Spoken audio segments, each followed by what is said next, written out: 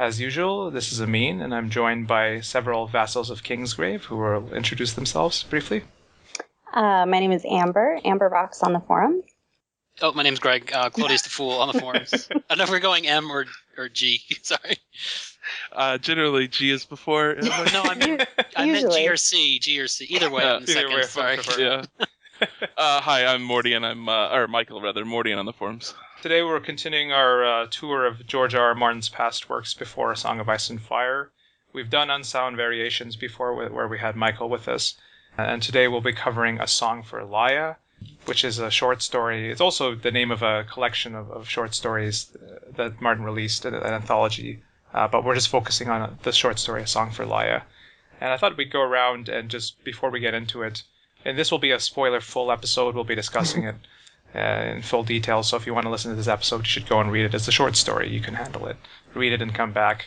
But just give our lemon cake rating out of 5. I will give it 4 out of 5 lemon cakes. It's a good story and I enjoyed it. The only reason I'm not giving it 5 is I've read most of his short stories and there's some that I like better. So comparatively, it's not a 5. But I really enjoyed it in the first read and I enjoyed it in the reread. I'm looking forward to chatting about it. So I guess if I gave just A Song of Ice and Fire, if that's my 5, then I would give this one 4. Really well written and enjoyable, but I think I have to take off a little just because it is kind of miserable. And it's not one that I want to read and reread a bunch because, yeah, it's kind of a downer a little bit, but a good story.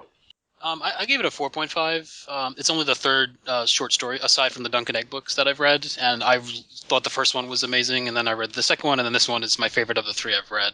Well, actually second favorite, so. But I love anything that deals with sort of alien, not so much conquering and everything, but just civilizations and their origins. I've read a lot of science fiction that deals with that, and I love the way he handled religion and God and just the whole, question of what it means to be human, and just the fact that this really reminded me of some other books that came later. I feel like this really was sort of a trendsetter in science fiction. So I give it a 4.5.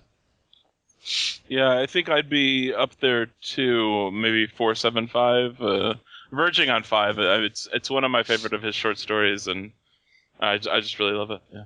And The Song for Laia is based in George's broader science fiction world, and a little bit later we'll be talking about how it ties in potentially to his other stories and potentially to elements in his life, just like Unsound Variations might have drawn upon his life when he was writing it. The same thing here. But I thought we'd just kind of just go through the main story right now and just talk about what stood out to you, what you underlined basically going through it. And I'll let you 3 start ahead because there wasn't that much that I circled. Well, right off the bat, I thought it was, for one thing, I do love, and we'll talk about this later, but I love like when he talked about skin thins and like the different planets and stuff that I've read from the other short stories, and it really does it's this little kind of light bulb going off that, oh yeah, this is the same universe. I kind of wish that well, it's dangerous as well, but if he somehow tied in The Song of Ice and Fire to his science fiction world, I think that would blow my mind. It's just one of those worlds that like Tough messed up or something. He dropped off the others. I don't know. I think I'd be angry if we ever got like a space view of the planet of Westeros and just found out what was a little more north or a little more south. I feel like it would take away from the just the mystery surrounding it. I mean, did you read Windhaven at all? Oh, I have, yeah. Yeah, so in the back of my head, I kind of picture on the other half of the planet that we don't see because there's these big 2 continents, and then in the ocean is the Windhaven people flying around. Yeah. Okay, get a crossover going. Yeah. All right, so let me get my book here again. I'm trying to see what we want to talk about. Well, I mean, I guess the thing that jumps right out is just the name Lyanna, right? Oh, yeah, Lyanna and Rob. Yeah, Lyanna and Rob. Yeah. Did Rob have 2? I don't have my book in front of me. It did have 2 B's, yeah. Okay, oh, it did, okay. yeah. Yeah, I mean, of course you're trying to make Ice and Fire connections, but this was written in 1974 where I'm sure he had ideas, but we know he really didn't start writing Song of Ice and Fire until 1991. But it's, there's certain names that authors use over and over again. Philip K. Dick did that, Bradbury, that they had their go-to names. So I haven't read much of his other stuff, but I wouldn't be surprised if some names, popped up in his science fiction also. Yeah, he just likes to reuse names. Kinda. Yeah, I mean, that definitely does happen sometimes, although I feel like this was... I don't know. Lyanna and Rob are both pretty big names, and I don't remember reading other short stories where they popped quite so much to me. But yeah, he does definitely reuse some. Well, he likes the general form of a song for something or songs of. He just that's I mean, yeah, he not definitely Song does of like Ice and that. Fire, but he's recycled that as well. Mm-hmm.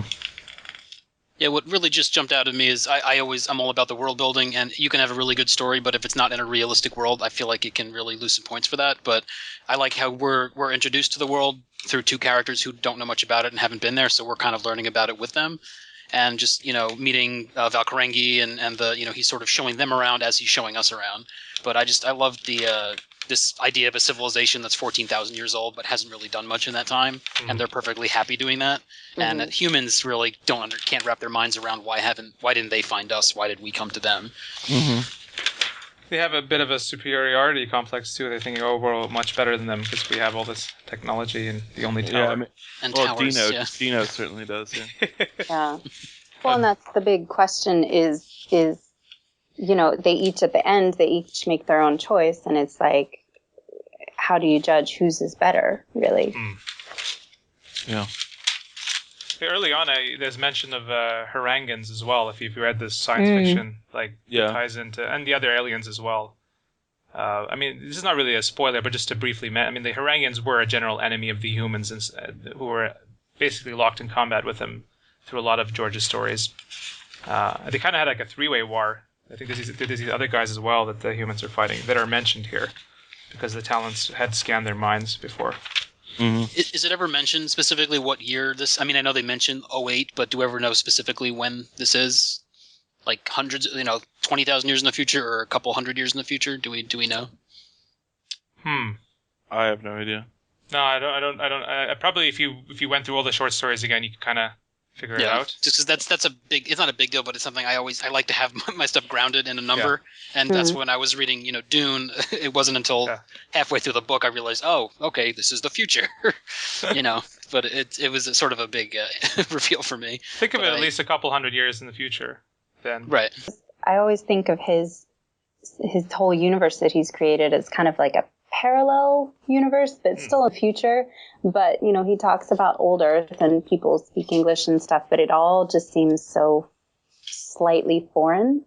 Yeah, I know he's a big fan of Jack Vance. I don't know if you've read any Jack Vance, but he really did the whole sci-fi fantasy thing in the far future where Earth, there's magic, but it's sort of like a deteriorating magic, sort of kind of like how it is in Ice and Fire. And I know he was a big influence on him, and Jack Vance's Dying Earth series has some parallels to some of the stuff that comes up here.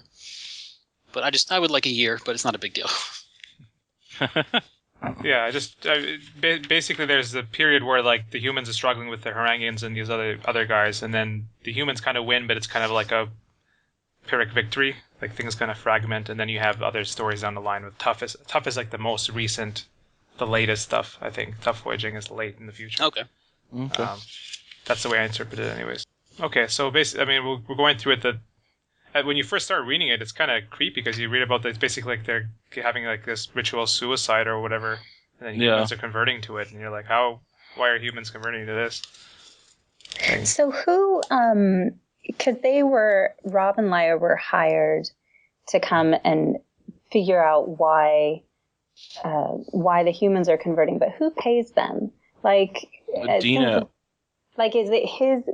I kind of thought that because like Dino was the one who really couldn't understand because he just didn't conceive of love in that way. And so like I could see that, okay, he really wanted to figure it out because it's a mystery. But then like, is he spending government money? Is he spending taxpayer money to find that stuff out? I don't know. I thought it was government because they're sort of brought in as like independent contractors to solve an issue. Well, I mean, and Dino's saying that it's that he's concerned that it's an escalating problem, right? Like they're up to 1% of the population converting, which I think like once you hit that number of 1% of your population joining a suicide cult, you start to worry that maybe it's not going to stop at 1%. Like, and if it gets higher, then you might actually have a problem administrating the planet. So I think he has a reasonable reason to use government money at that point. Yeah, and he's the latest administrator of this world. Like the worlds are still kind of connected in a way. There's still like central administration, and he's working there, and they can have that fun. So you can see that there's still some connection between these different worlds. which kind of breaks apart later on in the course of his science fiction world. Mm-hmm. Is there a name given to, like, there's like the Emberverse or the Enderverse? Is there like a name that's given to George's sci-fi world that you know of, or is it really just George's sci-fi world? The George verse. The George verse. We need a name. All right. Yeah, the Martin Sphere. All right, so let's see what else we got here. Just speaking of Martin Sphere and all his various stories, I did think it was funny. They were talking about similarities to Meat House Man and the sex specifically, where like he's kind of idealizing if you can kind of meld and be one with your partner and you can experience what they experience, wherein like Meat House Man, he's actually kind of creating what the other person is doing. I thought it was a cool parallel that it seems like, does George think that that is the ideal way to have sex or whatever? Yeah, and it's also a 1970s George point of view. He might have changed. Hopefully. Paris turned him around a little bit. But speaking of like George-isms, we get lots of food descriptions in this. Yeah, I was about to say that. Yeah. It's tasty, too. I was out hungry when I was rereading this. I want to eat dinner. Yeah. But he truly is a master short story writer, because it's such a short story, but he manages to convey so much. Like, one, developing his overall universe a little bit more, but second, just getting an idea there and conveying it. It's just... Yeah. He actually recommends people to start doing short stories first, and then move on to novels. One thing I liked, I reread it again last night just for the second time, that I hadn't noticed the first time, was how I had forgotten Laya's headaches every morning or whatever. And I thought that was good, sort of, because everything was pretty idyllic, right? And everything was like a routine job, everybody's nice, no problems. But then Laya's headaches were sort of a foreshadowing of problems coming, kind of a thing, that I didn't notice the first time. And he has dreams as well that he half remembers. Yeah, exactly. Yeah.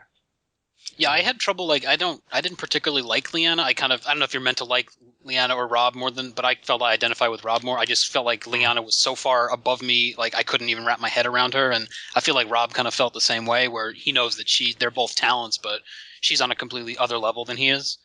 And, that comes out much, more obviously when she decides to do what she does.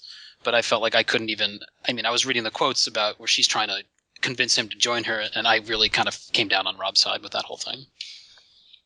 So the question because I totally did too, and I was kind of left feeling like, well, it's nice that she got her heroin death or whatever, but like she left him high and dry. But then I was wondering, is that because we're inside his head and we have more sympathy because he's not as talented, or like if the story had been written from her point of view, would it have been more sympathetic? I don't know. If it was written from her point of view, I think it would be almost even more off-putting. Like, that's why Sherlock Holmes isn't narrated by Sherlock Holmes, because if you get in his head, it would just be constant this and that. That's why Watson has to tell the story. So I feel like it had to be like that. But I got what she did. I understood it. But Rob's madly in love with her, and he does all he can to keep her and to keep her from going. But she still decides to go, and I kind of felt like she betrayed him in that. That's really, I definitely didn't look at it that way. I do obviously identify with Rob, but I always kind of feel like I'm not good enough. Like Rob and I aren't good enough, right? Like we haven't evolved. Like we're the ones that fucked up, not Laya. Did you guys see Her movie? Oh, I haven't seen it, no. Okay. No, I know about it, but I plan to see it at some point, actually. Yeah, I just haven't seen it. Yeah. Well, never mind. But when you get there, stop and think about it's a little bit of a parallel, just as far as somebody being, two people loving each other, but being on different paths simply because of who they are and what they are. Anyway. Well, actually, now we were kind of talking about this, which is fine. We can kind of tie it back to George's life with respect. We're going to talk about his life, just speculating. He himself has opened up here and being brave enough to do it. But with the way this short story kind of ties into Second Kind of Loneliness and Meat House Man is a certain period of his life where he was experiencing some tough things.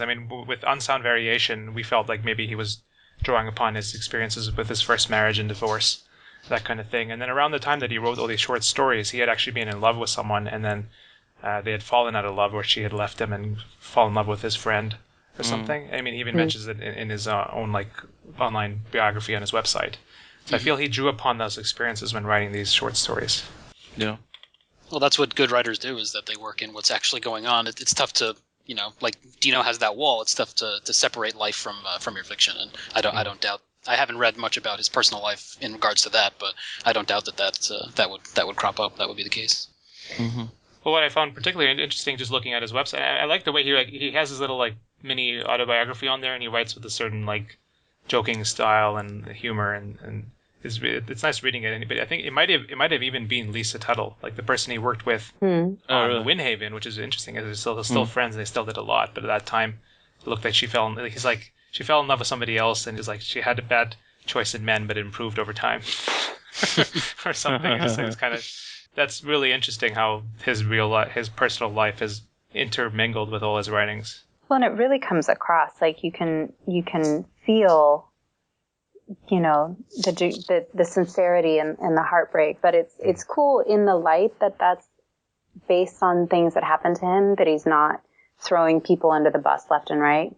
Like in a way, Laya's kind of a selfish bitch, but in a way, she's pursuing her highest self and the purest love that there is, supposedly. So you can almost justify it, or at least understand it.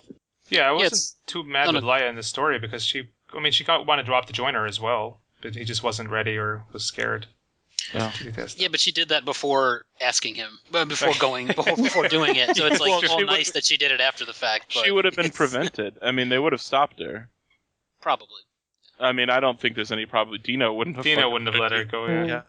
Well, was anyone else getting a vibe that I thought Dino was like covering something up? Like he was in some like weird. Because every time he tried to read him, like he said he has the wall and I can't get in there, and like he takes him into the cave. I was like, he's gonna kill him in the cave or something. He's got some like racket going on the side, but it turns out he was actually a pretty good guy just doing his job. I felt like that was a little red herring that he was leading us away from. Yeah, I mean, I think Dino was. I think on my first read, I certainly was suspicious of Dino, and I think George probably set that up to sort of make it less obvious what was happening or things like that. But yeah, he's certainly very shady in some ways. Well, and he had that kind of weird relationship with Gorley, and like he was always there when Rob woke up, and he was telling him all the answers he needed. Right. I kind of like that he didn't go anywhere, because that would have been sort of a trope that the guy who you think is working with you is actually working for the aliens or something. Sure. So it's kind of bad that he didn't do that. Well, and it's interesting when you think a wall. He kept referring to it as a wall. It's like, well, he must have built that wall for a reason, right? Like been hurt or had some ulterior motives. But no, he just put his wall up because he's the watcher on the wall. Exactly. Well, that was actually one of the quotes I underlined, was towards the end where, he does decide to leave, and he says, Valkyrengi, he cries behind his wall, I think, and no one knows, not even he, and no one will ever know, and in the end he'll always be alone in smiling pain. And no, I don't envy him. Like, that's pretty much him saying that, yeah, we all, we suffer through everything, but you still have to put on a brave face and get through it. But Dino has literally just cut himself off from the real world, and that's why, he couldn't get close to Laurie, and he couldn't understand what Laya did. But interesting. He's a very gray character, which I always appreciate. Yeah, I find him a really interesting character, actually. I mean, his philosophy about tears I don't agree with. It's like the tears do no good, but it's they do personally good, right? They're expressing your emotion, but to him, he's just kind of moved beyond that. Yeah. Was that Rob that said tears do? I thought that was Rob that said that. No, it was Dino, and then Rob's like, that's a stupid philosophy. I mean, it wasn't even. It was. Dino he quoted it, and then he said that's right. Okay, yeah. Oh yeah, Dino is really interesting. He's one of the most interesting characters in this short story. Yeah, I mean, he is really interesting. He's sort of if Rob is the one kind of caught in the middle, and Dino and Laya are both the extremes, right? And they're both happy in the extreme where they are. Well, I mean, at the end, I guess that there's the claim that Dino isn't happy, but that even Dino doesn't know that he's unhappy. So, Yeah, he's got lots of friends. You know, Yeah. he's He life has of the this wonderful party. life. Yeah. He's got a beautiful woman with him for a while. So. And he's like, oh, there's other beautiful people. Yeah. But you're right, actually, yeah, it is a thing about extremes, because Rob finds him in the middle. He's like, I have a bit of Dino in me as well. Yeah. That kind of stops him from going there. All right, so when you were first reading and you saw like the Grishka, did you feel like really sickened by the thing, right? Initially? It's the way the first time we saw it, it was like that blob on one of the Shkeen's heads. Like, oh, that's not too bad. But then it's like, oh, there's much more than that. Yeah.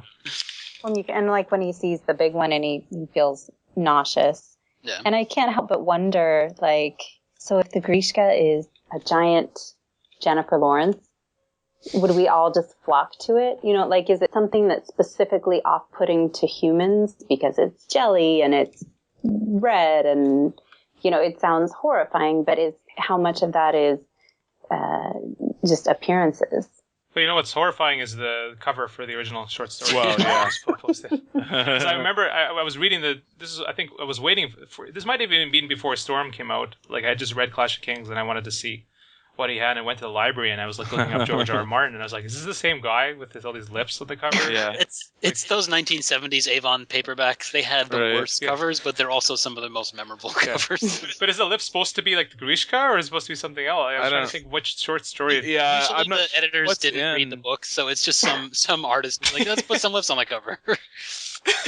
There's the famous story with Tolkien where when The Hobbit came out, there was a lion on the cover, and he's like, you can't publish this. There's no lion in this, so they had to airbrush the lion out of The Hobbit because the art department doesn't necessarily read the content.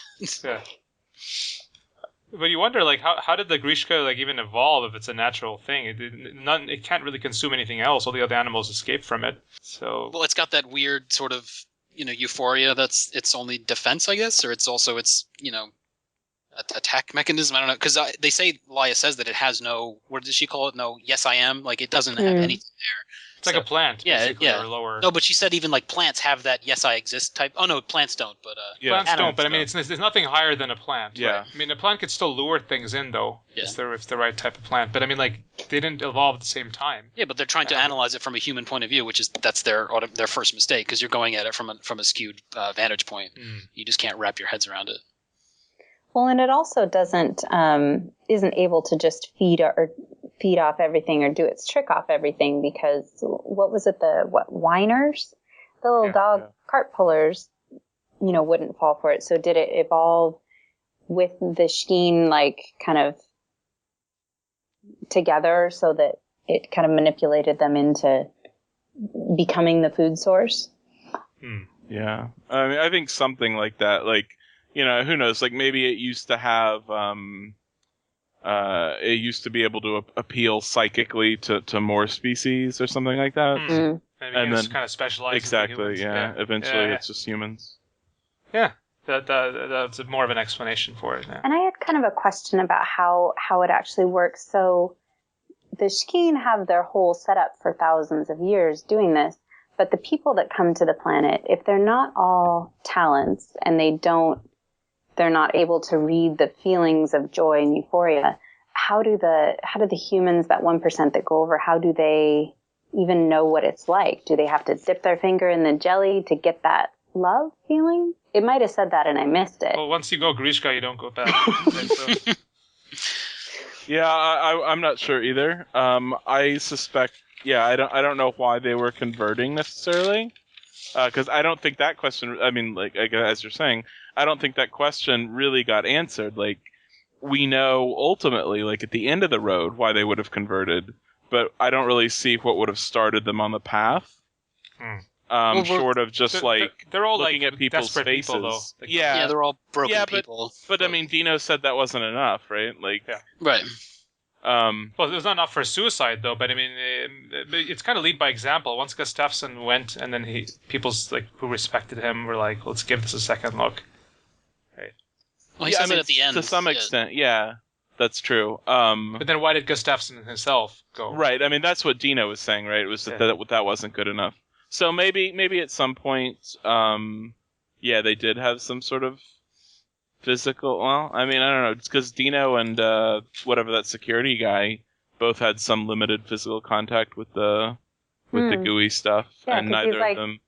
Right. He's like, 'cause don't he's worry no about problem. touching it. Yeah, 'Cause they have walls up. Their walls are up. I guess. Yeah. No, it's good. It's a good question. Related to what you said. At the end, he says, I think it's Dino, Rob talking before he decides to leave. Men who fear love and union as much as they crave it. A dichotomy. Man has two primal urges. The Shkeen only one. If so, perhaps there is a human answer to reach and join and not be alone, and yet to still be men. So I think like the first people that joined were like the super depressed, broken people. But it's like any new thing, when the first people who join are going to be the most fervent and the most devout, and then the second or third waves, they don't need to have that be that open to it. I mean, that's sort of just from a religious point of view. That's how it works a lot of times. So, but it'll eventually catch on, and then the Grishka can go to the stars. so then, would you say, Greg, that the answer to Dino's question, right, the question that he hired Rob and Leanna to find out, is that, it's no different than any other religion? I mean, because his question is, why are people joining, right? Yeah. No, I said Rob thought he found the answer by telling him that they're all broken people, but Dino tells him, no, that's, we exactly. kind of knew that already, so I don't think he really got an answer more than that. So you don't think Dino really got an answer? Okay. No. Well, Dino's answer is, and we do have to consider it, it's just a psi lure, it's a trap, and it's fake. Yeah. Like, do you think that's possible? Or, I mean, it seems I think it's possible, but then the question is, so they are feeling the psi lure? Because, I mean, I don't know if it's a lure, because they say you can shake it off. It takes like weeks for it to attach. I feel like you need to want it more than it wants you in the beginning, at least, because you can't. If it was slowly telling you over weeks and hey, come touch me, that's like you need something more than that. Yeah. Well, and it may also depend on the state of mind. If you're someone who, like Laia, she just couldn't shake it. She couldn't let it go. I know there's religious parallels, but it also. It seems to me like I keep thinking of like heroin or something. Like it seems like such a strong hit. Well, and love. there are like it certain all boils people, down to love. So. Exactly, that the dopamine response or whatever it is, there are certain people that are going to be more susceptible to that. And then certain people who are able to, see what the rest of their life could be without it. And Well, the main question is their consciousness being saved in this thing? And then it's not a fake if it's actually being done, or could that be faked? It seems probably like they're so talented, like it's kind of hard to fake like the billion of them existing in that thing. Yeah, because the Shkeen don't actually believe in death. They tried to translate that, and she said, no, that's not what he said. He actually said, I will go join the, they're there waiting for me. It's not like I'll go into some happy paradise. Like they believe that they're physically or they're mentally they can at least connect to previous, their ancestors. Mm-hmm. Yeah, their only death is not making it to the Union, dying outside, which is a great tragedy to them. Right. So then that's why they haven't pursued space travel and all that, is that they're just happy to live and then join? Yeah. Yeah.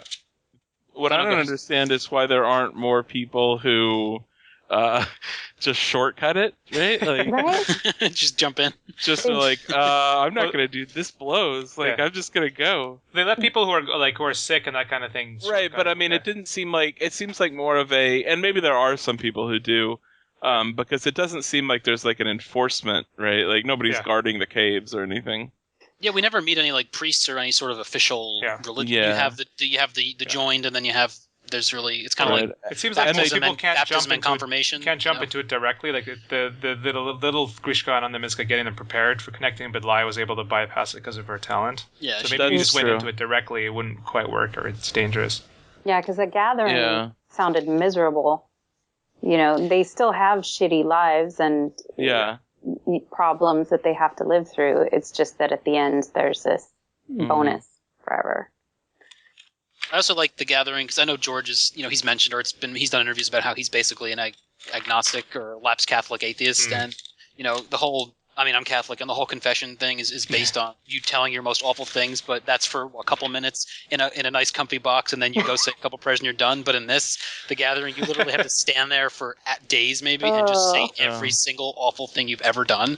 With people sweating on you. Yeah, and it just was like, yeah, you think you have it bad. Look what these people do, and they're happy to do it.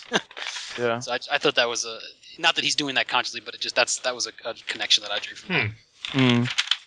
Yeah, I like that Dino. He's trying to learn the language and he's trying to go to this stuff, which is good. But on the other hand, he's like, I'm gonna just take drugs so I can stay awake and stuff. It's like it's kind of cheating. Yeah. The human right, way. but I mean, he just exactly.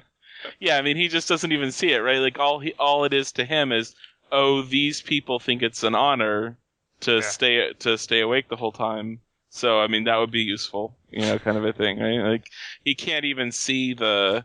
Like, oh, they would be offended. And he'd be like, yeah, sure, no, I understand they'd be offended. I'm not going to get caught, so it's fine. Yeah, it's like same thing with experimenting on the Grishka. He's like, won't tell them about it. It's all good. Like, yeah. Another thing I wanted to talk about, I mean, this kind of relates to his other stories as well. He's had talents in other stories, people who have psychic powers or abilities, and they're treated with differently in each planet. Some planets, they're like attacked or persecuted, or even Rob himself, he kind of just keeps peeking in people's minds. He's like, oh, I can't help it. I'll keep doing it. It's just like, do you kind of blame people who don't want to hang out with these people if they're always using their powers on you? Yeah, I mean, I wouldn't blame someone who didn't want to hang out with them, but at the same time, I mean, it would be like, trying to not, like, if everyone was blind or something and you had to try to not look at anyone, it's just like, it's difficult, yeah. Well, they kind of mention, or Lyanna mentions how, she's like, I don't read in my off time, so it's like when she's just hanging out, she's... Well, yeah, it's not harder for her. It's more tiring for her, too. For Rob, it's easy. It's just like... Right, he can just click it off. She also has a tell, basically. Like, you can see when she's reading, and he just kind of surreptitiously gets away with it. And, I mean, Rob can see when Laya's reading. I don't know that anybody who didn't know Laya, especially, like, the first few times... Like, I don't know that they necessarily would know that that's what she was doing. In my head, I think I pictured her, like, practically having a seizure. Like, he doesn't describe it that way, but, it just seems like the feel of it is that she's tensed and clenched. But, yeah, probably... Like a green dream type situation. Yeah, she's foaming at the mouth. This is not the day I die, don't worry. It was the day she dies, though. Right. At least physically. Or she never dies. Yeah, her body is not important anymore. Her mind. Yeah. It's all immortal until the humans bomb the planet. Then. Well, I mean, eventually, from the description of the sun, it sounded like it's gone red giant or something, right? So. Oh yeah. Oh, I didn't even think about that. But I guess they got to take as you said, Greg said they'll take the Grishka to space. Well, I'm not sure. Based on something they said later, Laya said, I think it's when she was visiting Rob in the dream. It's all connected underneath the caves. Yeah. I'm not sure that the Grishka is more than one organism. Which is terrifying, by the way. Yeah, because they said, like, every cave is just full of it. That's what you can just go into any cave and they're everywhere. Well, they're all connected under there, right? But can you just, like, reproduce the Grishka later? I guess, like, if you just cut off a Grishka... cultivate it and grow it into another form. Maybe. That's why I think it would work, because if it was a hive mind, they would have picked that up more, and she's like, they still said there really is no mind there. It's just the being, whatever it is. So I think it would work in... It's like a giant computer, essentially. It's like if you put all your personalities in a giant computer that are linked together. Like, so. I suppose that's true. I guess it would be... I think it would be difficult for them to make that decision, but I suppose maybe they would. I don't think the Shkeen would do it, really. They wouldn't really think of that. I think it'd be humans that might try to move it around. Yeah. Right, yeah, that's exactly right. That's what I was trying to say. I don't think that they would think of it. I don't know if they were facing, planetary annihilation or whatever. I don't know whether they would at that point think about it, but yeah. The science kind of sucks. So they probably sure. They would just get like, oh, it's a really bright day today, and then and that would be it. That's yeah. Did any of you try to, or at least get to the bottom of or parse out the whole Darkling Plane and the poem that was brought up, sort of like the thread? Because I remember that poem from school, but I didn't remember, so I had to look it up. But that's like one of the most debated as to what the hell the poem's actually about in English literature. It's Dover Beach by Matthew Arnold. Yeah. And the Darkling Plane is brought up in the end, and there's been books written on this guy, and like each scholar has a different view as to what the guy actually, that it was his honeymoon, that all this different stuff was going on. But it seemed that Rob and Laya, that was sort of like either they had a special connection over that poem, and the Darkling Plane was mentioned several times, and that people are searching for it or they're trying to get away from it. But I just didn't know if anyone else sort of had any to a conclusion about that, or I guess I didn't worry too much about like what Matthew whatever was trying to say about it. It was trying to say already when he wrote the poem. him. Yeah, sorry. See, that's how important he is to me. I didn't worry too much about what he was trying to say. Like but I thought it was pretty clear what Laya thought it meant. Mm-hmm. And the same thing. Like they also quoted the ships passing in the night thing. Not that part of it, but the end of it. A wink and a touch and a voice or something. Right? They said that over and over again, a touch and a voice. And the same thing there, right? Like, which, it doesn't really necessarily matter if that's what the original poet meant, but it was pretty clear what it meant to Rob and Laia. So, yeah, but that's something I like in science fiction, where these stories that are set so far in the future that they still remember like things from our day, as if the thousands of years in between hasn't happened. That Dune does that really well. Well, they'll mention like a Bach concerto or something 12,000 years in the future, or like a Van Gogh painting. But I like how those little things crop up. George kind of shows what his view of it when he talks about the poem, because he's saying he's interpreting. It's like it's an old poem. It talks about fear and like man's dread of being alone in the cosmos, and that kind of ties to how he was interpreting it, which is what matters in this story. Yeah, exactly. Yeah, well, Rob says right when they brought that up, says how much can human beings know each other? Aren't all of us really cut off, each alone in a big, dark, empty universe?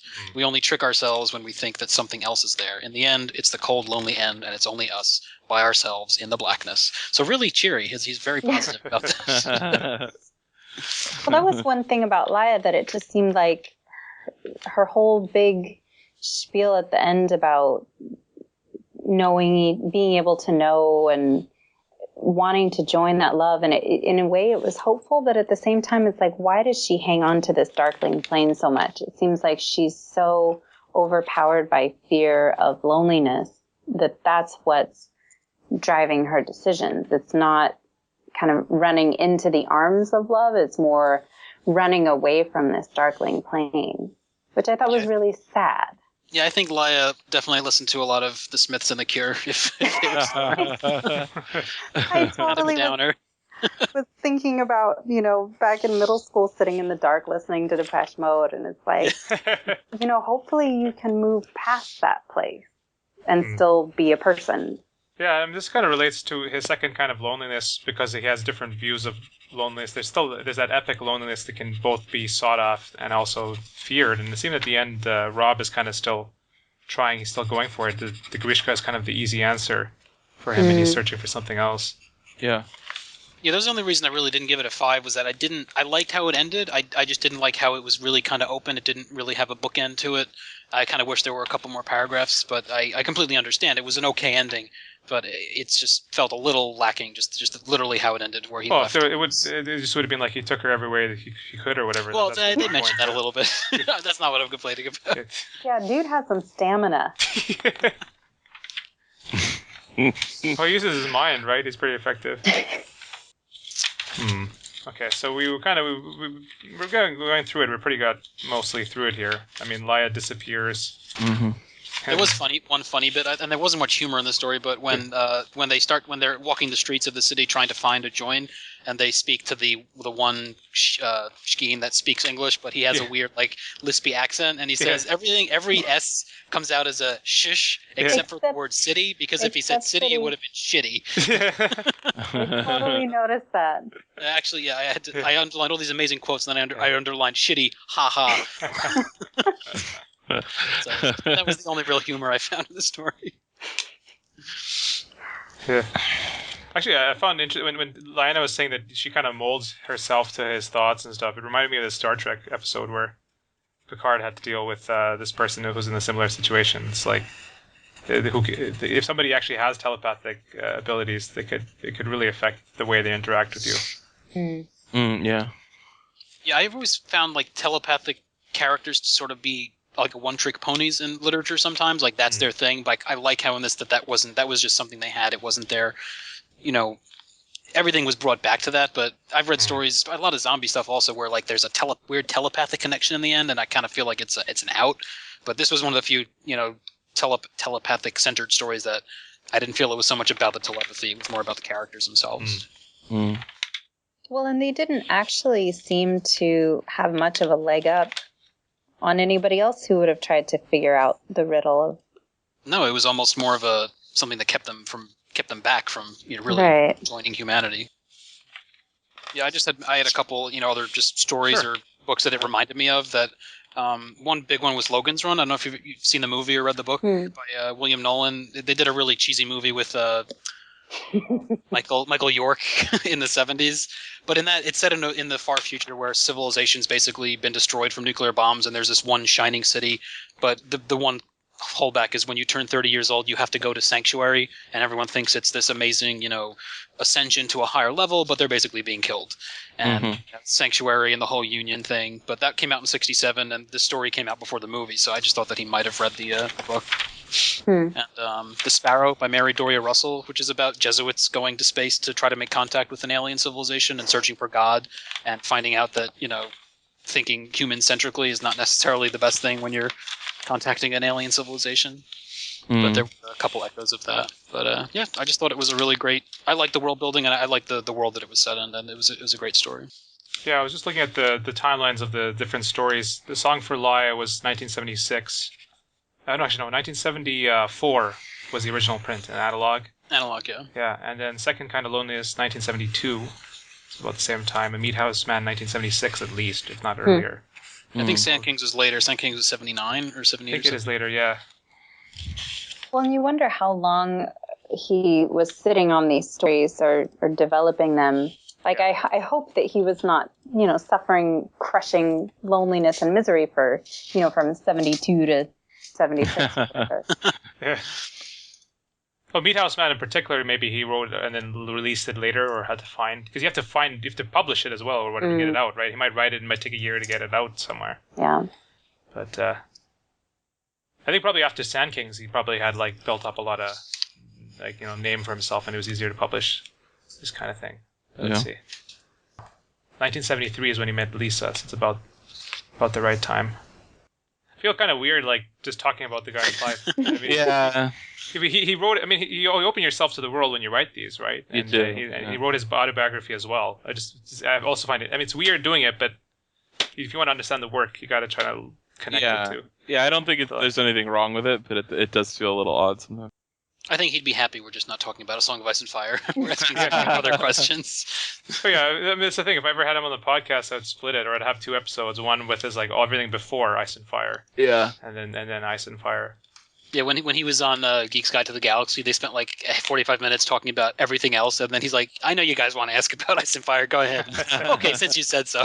But yeah, I think he does like it when people talk about his other stuff because that's where he got his start. Yeah. All right, I think that's all I have to say on the main stuff. Is there anything else we want to say about it? I mean, just the whole religion angle. Did you think he was necessarily poking fun at religion, or that he was just? Because I mean, I drew because I'm Catholic. I try to draw connections with that, but just I felt like he was saying that it's not necessarily I don't even know how to put it into words. Yeah, George is at least an agnostic, but he's not the type of writer who just he doesn't like religion and then doesn't put it anywhere. He's realistic. He knows it'll always exist in some form, so he always has it in his works in some form. And I mean, I think at the end he still had. You read the quote earlier, Greg. I mean, he still has Rob saying maybe there is Rob is still looking for maybe a greater love and a love that lets you be a human and be together with everyone, right?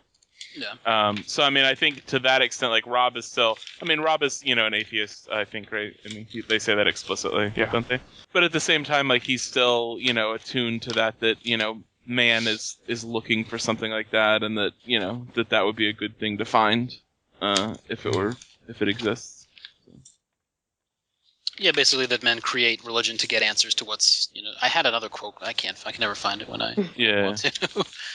That was more that's Dino's interpretation probably, the way he. I mean, Rob's as well actually. I mean, he talks about most of the talents being atheists. Oh, here. But Dino has Dino apparently believes in God. I don't know exactly what Dino believes but in. He doesn't even think about it. It's like, do you believe in God? He's like, sure. And yeah. Reading him, he didn't even think about it. It's just not even relevant to him. One way or the other. It's sort of strange, yeah. Yeah, he says, he was talking to Dino, he says, in the end you're alone, back on the Darkling Plane, do you see? He says, no, I don't. He says, look again then, always people are searching for something, for someone. Talk, talent, love, sex, it's all part of the same thing. The search, gods too. Man invents gods because he's afraid of being alone. Scared of an empty universe, scared of the Darkling Planes. That's the damn Darkling Plane that keeps coming up again. But I think, there's loneliness, love, but I think loneliness is if you boil the story down, for me it'd be loneliness and haunting. just because it really is a haunting story. It's not the story you finish and you're like, oh yeah, that was a great story. You're like, oh my god, that was a freaking great story. Yeah. Well, and it kind of makes you think, of your own. What is it that satisfies your own personal needs or allays your fears? Yeah. Mm-hmm. Cool. Well, thanks for joining me. It was fun to have you all Yeah, on absolutely. here. Thanks. We'll have a quick after show and then we'll be done. But we'll Okay. be back again for, I think, to continue this kind of journey through Martin's short stories. So check us out at bastardsofkingsgrave.wordpress.com and on Twitter and on our forums. And we'll see you next time. Cool. Take it easy. Cool. Thanks.